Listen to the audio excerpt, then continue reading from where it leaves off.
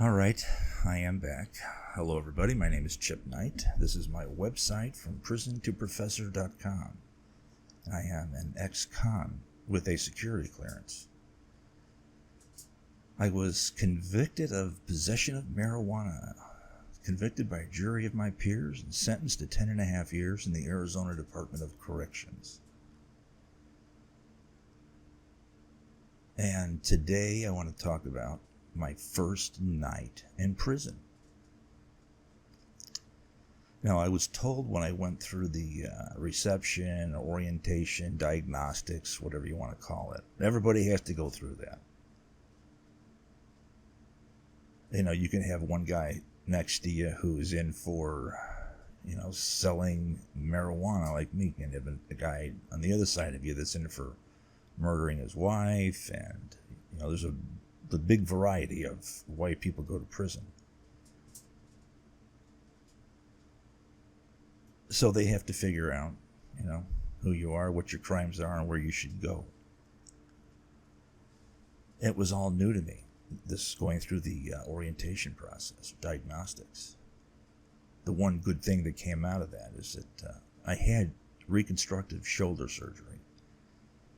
So the doctor put me on no work detail. Thank you. I was not going to have to break rocks for 15 cents an hour. So I was told that I was going to be going to Cimarron Gladiator School. They gave me a score. Where you go in prison, your score has everything to do with where you're going.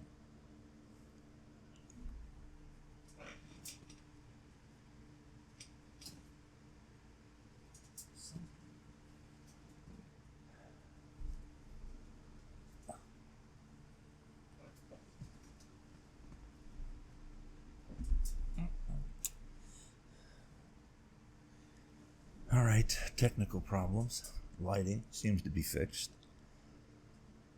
So I was given a score of 4.3. It's a horrible score. Horrible.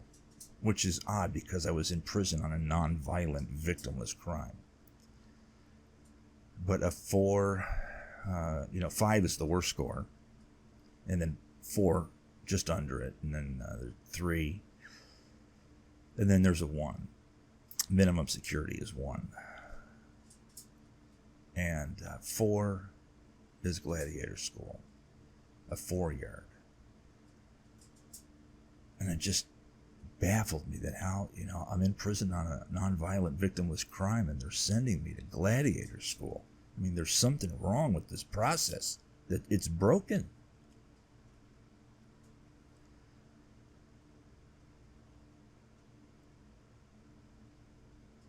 So yeah, it was the guys around me that filled me in about what my score meant, and what it meant being sent to Cimarron, which is Gladiator School.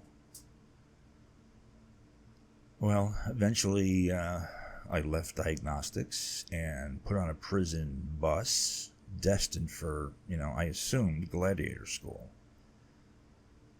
And the prison, I think the first stop was Perryville prison in the Phoenix area. They called out a list of names for everybody to get off, and they called my name. So I'm thinking I dodged a bullet somehow. I'm not going to Gladiator School.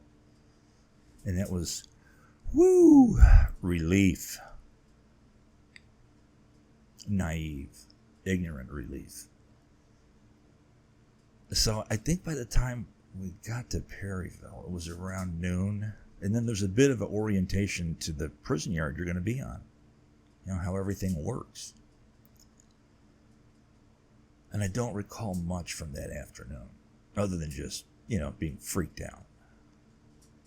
Eventually, the evening rolled around, 9 o'clock, the yard locked down. We all went to our cages. The guard came by for count and then went into his office, where he enjoyed his air conditioning. And it was a few minutes after the guard went into his office, and we could hear through the ventilation system an argument between cellmates. And this thing escalated quickly and dramatically, because the next thing you know, we're listening to this fight going on through, we could hear it through the ventilation system. It was intense. And after the fight, we got to listen to the guy that won the fight. We got to listen to him rape the guy he just beat up. And let me tell you, it's hard to unring that bell. It was absolutely the most horrific thing I'd ever heard in my life. The most horrific thing anybody could hear. It's something right out of a Stephen King novel. I remember thinking at one point, if I had a gun, I would kill myself rather than have to continue to listen to this. It was beyond belief. And then things died down. And it was around 11 o'clock, the guard came by again for another count, then scurried back to his office with air conditioning. And we got to hear round 2.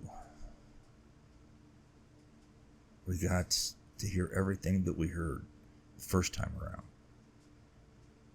There was the fight, there was the beating, and then there was the rape.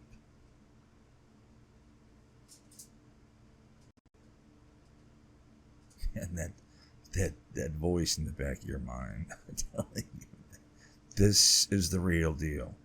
You need to keep your head on a swivel and paying attention at all times.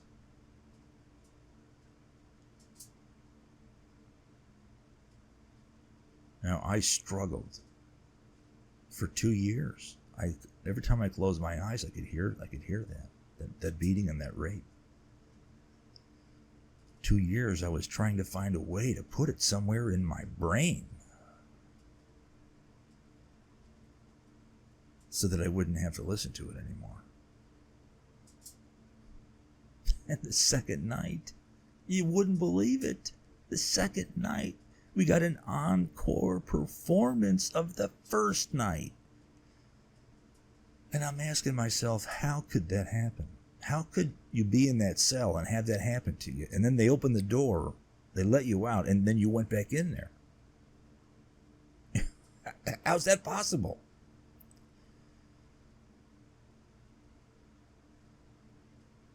Yeah, 2 years trying to find a place. Because you do this with your mind. You're looking for a way to rationalize a piece to this tragedy. What if the guy that got beaten and raped, what if he was a really bad guy? And then I would hear that, and then I would say, no. Well, what if he was a rapist? What if this guy is in prison for rape?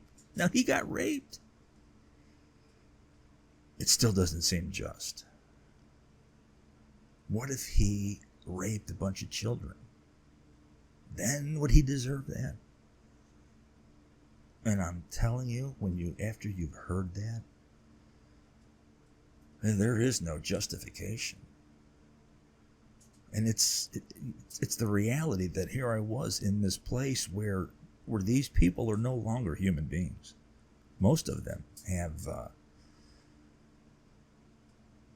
become monsters, unfit for regular society.